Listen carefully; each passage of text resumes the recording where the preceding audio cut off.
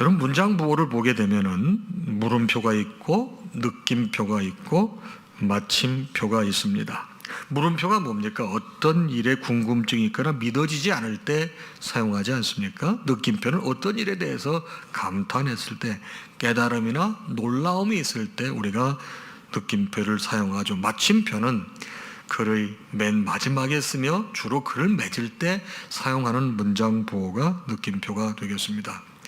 그런데 참 신기하게도 이 세 가지 문장 부호가 우리의 삶과 매우 흡사하더라고요. 삶이라고 하는 것은 많은 궁금증을 갖고 살아갑니다.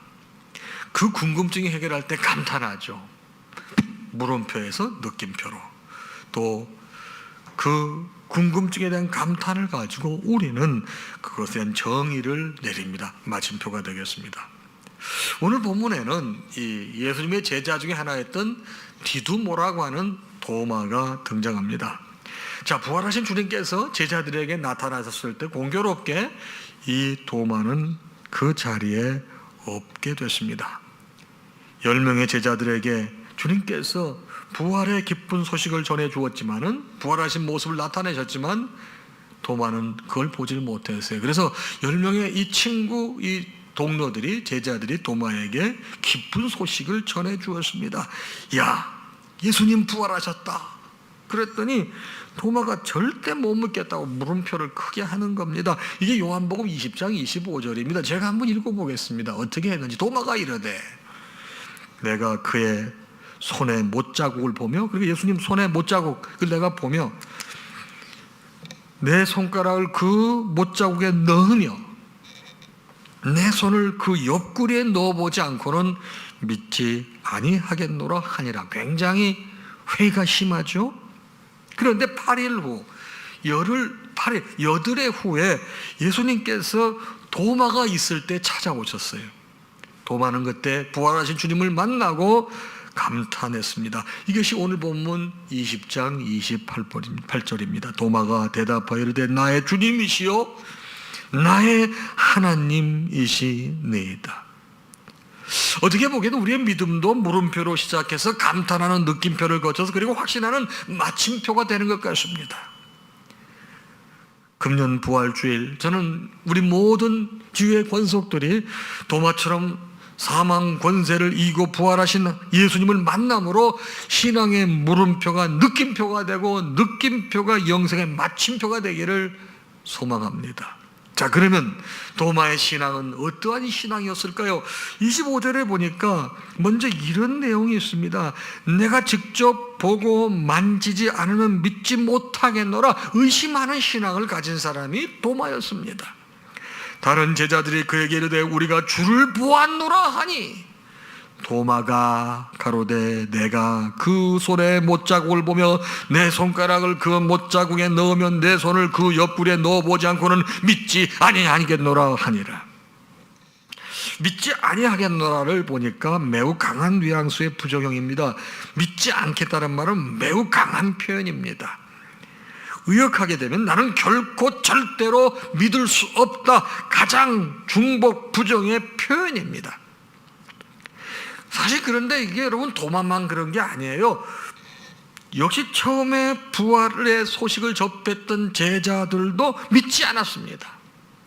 누가복음 24장 11절에 보게 되면 사도들은 그의 말이 허탄한 듯이 들려 믿지 아니하나 그랬습니다. 어떻게 보게 되면 도마의 모습은 이상하기보다는 합리적인 의심이었습니다. 당시에 대제사장들의 무리들은 예수님이 부활하시자 돈으로 그 무덤을 지키고 있던 군병들을 매수했던 사실 아시죠? 마태복음 28장 11절부터 13절까지입니다. 경비병 중 몇이 성에 들어가 모든 된 일을 제사장들에게 알리니, 모든 된 일이 뭐죠? 예수님께서 부활하신 거예요. 무덤에 계시지 않은 거예요. 그 막아놨던 여러 무덤 돌문이 이게 굴러 떨어져 있는 거예요. 그 안에 시신이 있어야 예수님은 시신이 없어요. 그 사실을 보고 경비병 일부가 대제사장에 가서 전달을 합니다. 12절입니다. 이들이 장로들과 함께 모여 의논하고 군인들에게 돈을 많이 주며 이르되 너희는 말하기를 그의 제자들이 밤에 와서 우리가 잘 때 그를 도둑질하여 갔다 하라. 여러분, 이런 분위기였습니다. 이런 게 소문이 퍼졌습니다. 도마, 어떻게 보게 되면 이런 얘기에 영향을 받았을지도 모를 것 같습니다. 부활을 믿지 않았습니다. 의심하는 신앙이었습니다. 그런데 이런 의심하는 신앙의 제자들이 도마만이었을까요? 아닙니다. 엠마오로 가는 두 제자도 예수님께서 십자가를 지시고 이제 운명하신 것을 알고 낙다마에서 자기 고향 엠마오로 가는 두 제자가 있었습니다. 엠마오로 가는 두 제자에게 나타나신 주님, 이게 누가복음 24장 35절 이하입니다. 제가 말씀을 보겠습니다. 두 사람도 길에서 된 일과 예수께서 떡을 떼심으로 자기들에게 알려주신 것을 말하더라. 이 말을 할 때 예수께서 친히 그들 가운데 서서 이르시되 너희에게 평강이 있을지어다 하시니 그들이 놀라고 무서워하여 그 보는 것을 영으로 생각하는지라. 예수께서 이르시되 어찌하여 두려워하며 어찌하여 마음에 의심이 일어나느냐. 내 손과 발을 보고 나인 줄 알라. 또 나를 만져보라. 영과 살은 뼈가 없으되 너희 보는 바와 같이 나는 있느니라. 여러분, 이 부활하신 주님께서 시류와 좌절에 빠져서 고향으로 가던 엠마오 고향으로는 두 제자에게 나타나셔서 그들도 어떤 일이 있었는지 소식을 듣고 가지만 확신하지 못하는 거예요. 도마의 신앙뿐만 아니라 당시에 엠마오로 가는 두 제자의 믿음도 의심하는 믿음이었습니다. 마가복음 9장 14절 이하를 보게 되면 예수님께서 귀신 들린 아이를 고치시는 장면이 나옵니다. 예수님께서 베드로와 야고보와 요한을 데리고 높은 산에 올라가셨다가 내려오십니다. 내려와 봤더니 밑에 웅성웅성 거리는 거예요. 예수님께서 나머지 제자들에게 묻습니다. 너희들이 무엇 때문에 그렇게 변론하느냐? 16절 말씀이거든요. 변론 내용이 뭐냐? 제자들은 이렇게 얘기를 합니다. 예수님 무리들 중에 한 사람이 귀신 들린 자기 아들을 데리고 왔는데 고쳐달라고 했는데 저희가 고치지를 못하고 애를 먹고 있습니다. 그 얘기를 들으신 예수님께서 그 아이의 아버지에게 언제부터 그랬냐고 물으십니다. 아버지는 이렇게 대답을 합니다. 아주 어릴 때부터 귀신이 아이를 죽이려고 불과 물 속에 빠뜨렸습니다. 얘기합니다. 그러면서 이 아이 아버지가 예수님께 이렇게 부탁을 해요. 그러나 무엇을 하실 수 있거든 우리를 불쌍히 여기사 도와주옵소서. 제자들이 하지 못했지만 그 스승이신 예수는 조금 더 능력이 있을 것이라고 믿는 아버지의 기대감이 이렇게 투영된 거죠. 그때 예수님께서 무슨 말씀을 하십니까? 할 수 있거든요. 무슨 말이냐? 믿는 자에게는 능치 못할 일이 없느니라 하셨거든요. 아이 아버지는 내가 믿나이다. 나의 믿음 없는 것을 도와주소서 하니라. 여러분, 주님께서는 의심하는 자를 멸시하거나 의심하는 자를 야단치는 것이 아니라 그 의심을 확신으로 바꿔주시는 분이거든요. 저는 부활주의를 맞는 여러분과 제가 도마와 같은 의심하는 믿음이 살아계신 예수 그리스도를 인격적으로 만나서 확신으로 바뀌어지기를 소망합니다. 여러분, 프랜시스 베이컨은 영국의 경험론의 창시자입니다. 그가 말한 경험론은 경험을 통해 얻어진 지식을 강조하는 이론입니다.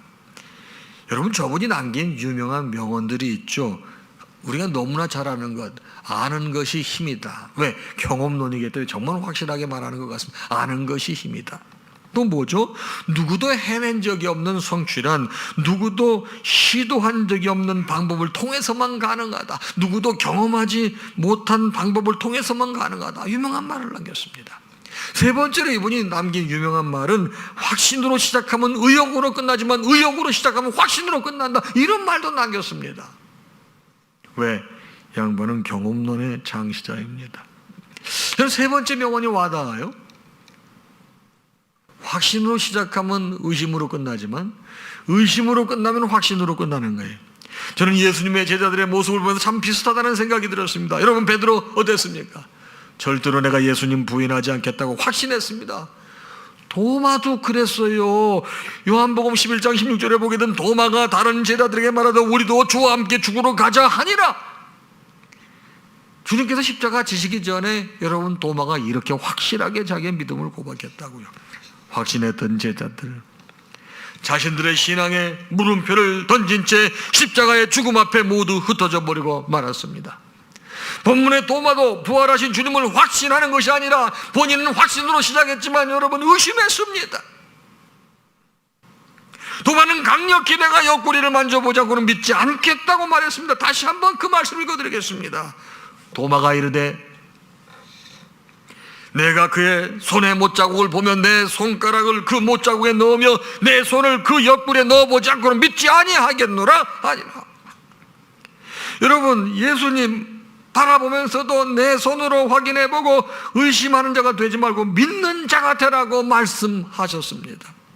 도마에게 이르시되 내 손가락을 이리 내밀어 내 손을 보고 내 손을 내밀어 내 옆구리에 넣어보라. 그리하여 믿음 없는 자가 되지 말고 믿는 자가 되라. 여러분도 저도 신앙생활할 때 도마처럼 주님 의심할 때가 있습니다. 그러나 우리가 부활하신 주님을 만나게 되면 그 물음표의 믿음이 느낌표가 되고 그 느낌표의 믿음이 확신에 차서 바로 마침표의 믿음이 되는 것입니다. 여러분, 도마는 의심하는 신앙을 가졌지만은 어떻죠? 부활하신 주님을 만난 후에 도마의 신앙이 어떻게 바뀌었습니까? 이분이요 나의 주시며 나의 하나님이십니다라고 갑자기 바뀌어요. 바로 의심하는 신앙에서 확신하는 믿음으로 바뀌게 됩니다. 28절 말씀입니다. 도마가 대답하여 이르되 나의 주시며 나의 하나님이시니이다. 당시 유대인들은 예수님이 누구인지에 대한 논란이 계속 시비가 있었습니다. 물론 예수님을 따르는 사람들은 메시아임을 확신했지만 대개 나머지 사람들은 뭐 선지자다, 랍비다 뭐 이 정도로만 알고 있었습니다. 그러므로 본표에는 예수가 진짜 메시아라는 것을 바로 도마가 인정하는 고백인 것입니다.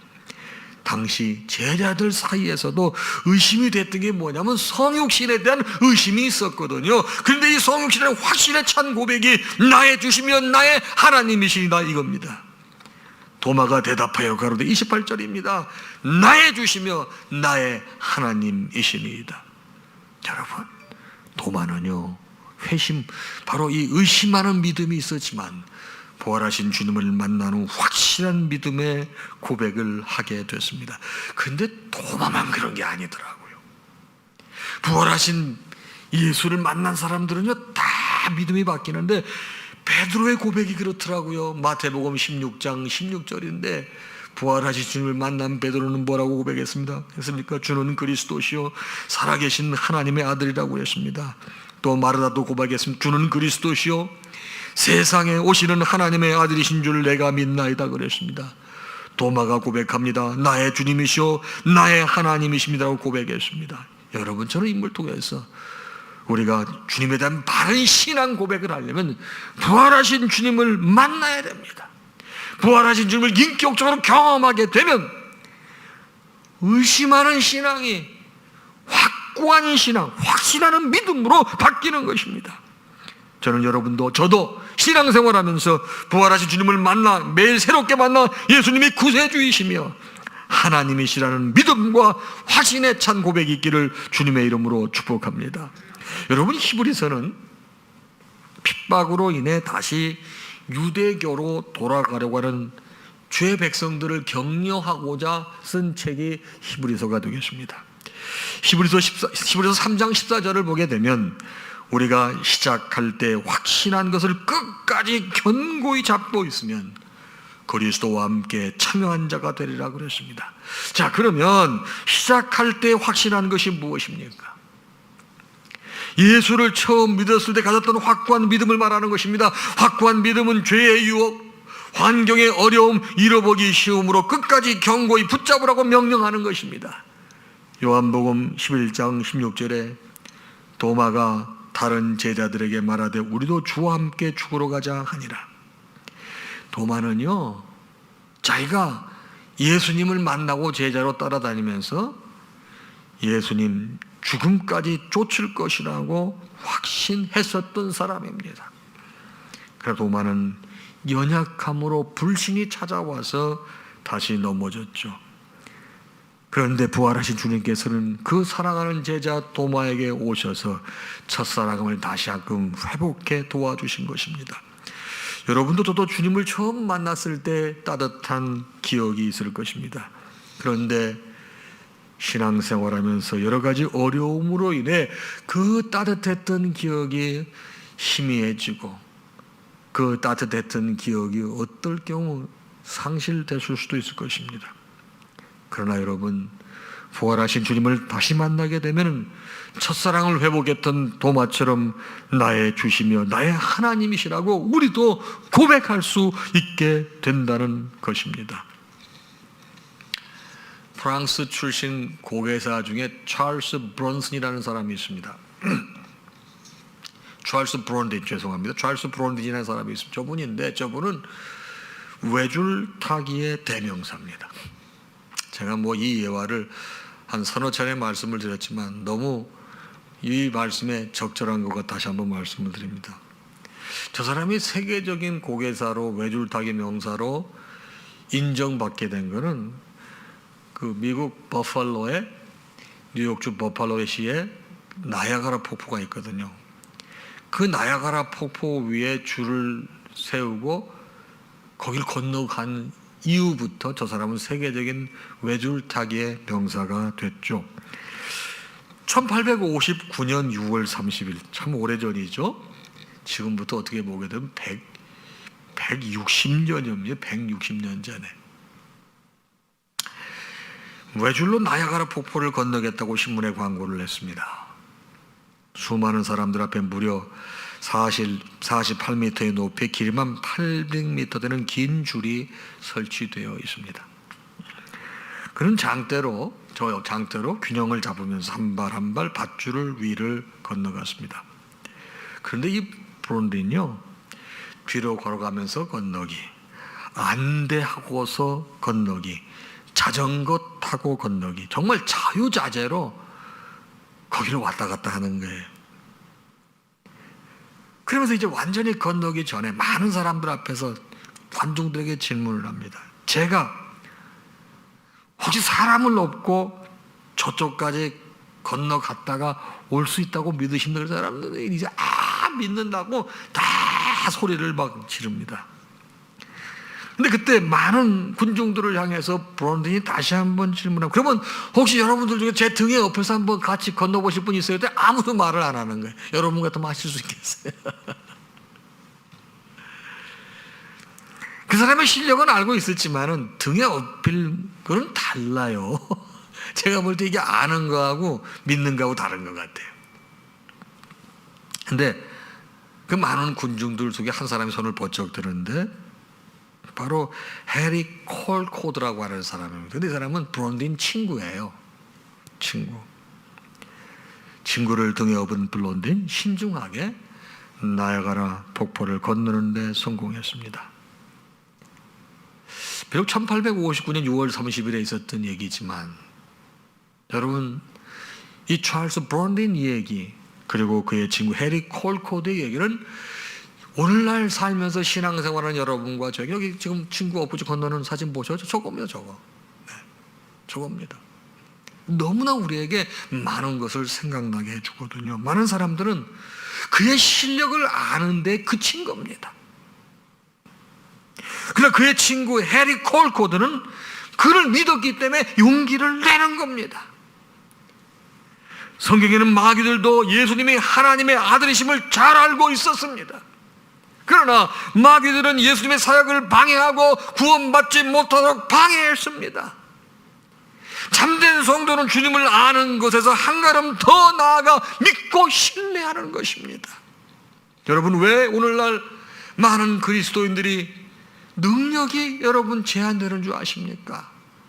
하나님 말씀에 대한 지식은 굉장합니다. 정말로 그렇습니다. 저만 해도 신학생 시절에 로망이 뭐냐면 주석을 갖는 거였어요. 성경 주석. 여러분, 무슨 주석, 무슨 제일 재산이 성경 주석을 여러 개 갖고 있는 거예요. 여러분, 근데 지금은 그런 주석 쓰지도 못해요. 어디다 펴놓고 봅니까? 지금은요, 주석이 20개, 30개가요, 요만한 CD 한 장에 다 들어가 있어요. 요즘은요, 주석뿐만 아니라 설교에 관계되는 모든 자료 같은 이런 외장형 하드에 딱 파는데 50만 원만 주면 여러분 1000년 동안 설교할 게 다 들어가 있습니다. 거기에. 제가 그걸 보면서도 여러분, 몰라서 못하는 게 아니에요. 얼마나 성경을 많이 하는지 몰라. 지금 우리 이 40일 특별 새벽 기도를 진행하면서 사순절을 보내고 있거든요. 우리 지금 누가복음 계속 보고 있잖아요. 자, 대제사장들, 서기관들, 바리새인들, 이분들이 종교 지도자들입니다. 하나님 말씀 모릅니까? 율법을 모릅니까? 다 압니다.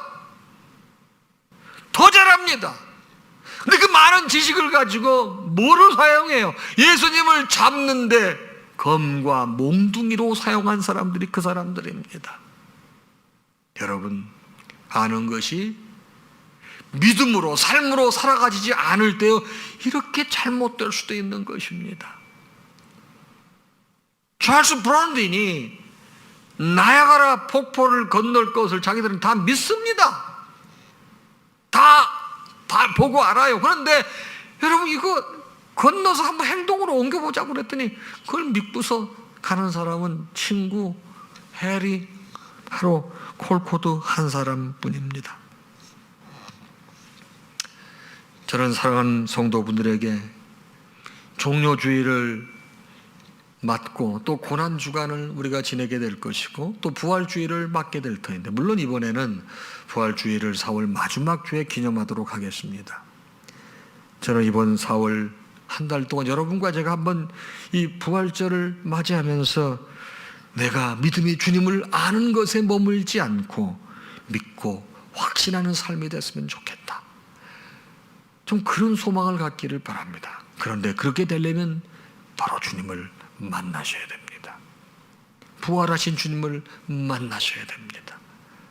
도마는 예수님의 제자였습니다. 예수님을 가장 잘 아는 사람 중에 하나였습니다. 그러나 주님께서 십자가를 지시자 아는 모든 지식이 절단난 겁니다. 믿지 않았습니다. 그러나 8일 후에 자기에게 나타나신 주님, 그분을 만나고 신앙이 바뀌고 인생이 바뀌고 자기의 믿음의 태도가 바뀌는 것입니다. 그래서 교회에서는 부활주의를 이렇게 중요하게 여기는 것입니다. 부활하신 주님을 만나는 성도들은 인생이 바뀝니다. 삶의 태도가 바뀝니다. 모든 영역의 시각이 바뀌는 거예요. 사랑하는 여러분, 멋진 부활하신 주님을 만나셔 하나님의 축복의 통로가 되시기를 주님의 이름으로 축복합니다. 찬양하겠습니다. 546장 1절과 4절입니다.